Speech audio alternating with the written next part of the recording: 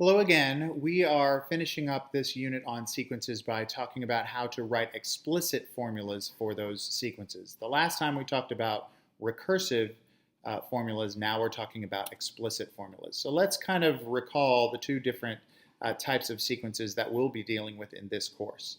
Arithmetic, remember that pronunciation, is where you add the same amount over and over again.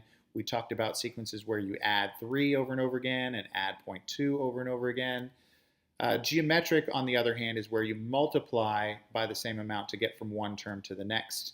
And we talked about this one where you multiply by a third, and this sequence where you multiply by 5. So those are examples of those two main types. There are other types of sequences, but these are the main ones that we need to know. And then we talked about two common types of formulas for sequences. The first one was recursive. That's what we talked about in the last lesson, where un is expressed in terms of the previous term, which we call un minus 1.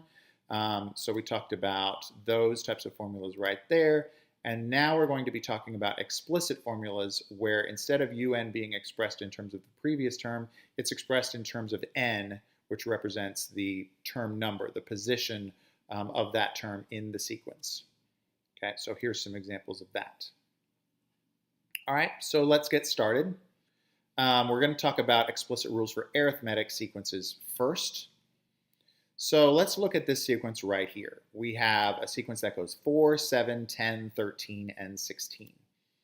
All right, so I know that the common difference, that number that I keep adding over and over again, is 3. And remember, I am calling that the common difference. So the sequence can be written as 4 for the first term, 4 plus 3 to get to the next term, 4 plus 3 again to get to the third term, 4 plus 3 plus 3 plus 3 to get the fourth term, and finally 4 plus 3 plus 3 plus 3 plus 3 to get to the last term. So you can see an easier pattern that way. So if I want to rewrite it in a different way, basically simplifying each of those things in the previous row, that's still 4, that's 4 plus 3, but this third term is 4 plus 2 times 3 because there's two 3's being added on. And then the fourth term would be 4 plus 3 times 3, and the fifth term would be 4 plus 4 times 3. So I want you to notice a pattern between the term number that I'm on and the number of times that the common difference gets added on.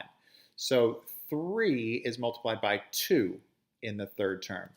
3 is multiplied by 3 in the fourth term. 3 is multiplied by 4 in the fifth term. So you see a pattern there. So each term starts with that 4 because that was the first term, but then each term multiplies 3 by whatever the term is minus 1. So I call that n minus 1. So you can kind of see that we start with 4 and we add n minus 1 times 3, where n is the term number. So even the first couple of terms do this. I can rewrite 7 as 4 plus 1 times 3, and I can rewrite the first term as 4 plus 0 times 3 and still get the same numbers that are in the actual sequence itself. Okay, so my formula is un equals 4 plus n minus 1 times 3, where 4 is the first term and 3 is the common difference. Okay, here's another one. I've got 9, 7, 5, 3, and 1. Those are the first, second, third, fourth, and fifth terms of my sequence. So now I notice that I keep subtracting 2, or I can consider it adding negative 2. So the common difference is negative 2. So I can rewrite the sequence as 9, 9 minus 2, 9 minus 2 minus 2 again, 9 minus 2 minus 2 minus 2, and 9 minus 2 minus 2 minus 2 minus 2 to get that last term. And you'll see that all of those are accurate. They will get you to the numbers that are in the actual sequence. So, but if I want to simplify those expressions, I can write 9 as 9, 9 plus negative 2, and then in the third term, notice that I'm simplifying minus 2 as 2 times negative 2. So the third term is 9 plus 2 times negative 2. The fourth term is 9 plus 3 times negative 2, and the fifth term is 9 plus 4 times negative 2, since 2 was subtracted 4 times. Okay, so again, look at the pattern between the term that I'm on and the number of times that the common difference was added on. In the third term, negative 2 was added twice. In the fourth term, negative 2 was added 3 times. In the fifth term, negative 2 was added 4 times. So once again, you first of all notice that the term starts with 9, and then the number of times that you have negative 2 is n minus 1. It's 1 less than the term that I'm on. Okay, so even the first two terms do this if I want to continue writing the pattern that way. The second term is 9 plus 1 times negative 2, and the first term is 9 plus 0 times negative 2. So we can write this as un equals 9 plus n minus 1 times negative 2, where 9 is the first term and negative 2 is that common difference. So in general, I can say that un, the nth term, whatever I want that to be, is the first term, u1, plus n minus 1 times d, where d is the common difference that you have to find. Okay, so remember that formula. We're going to be using it in exercises and practice questions tomorrow. Now let's talk about geometric sequences using the same method. I've got 2, 10, 50, 250, and 1250. The common ratio is 5. That's what I keep multiplying by over and over again to get from one term to the next.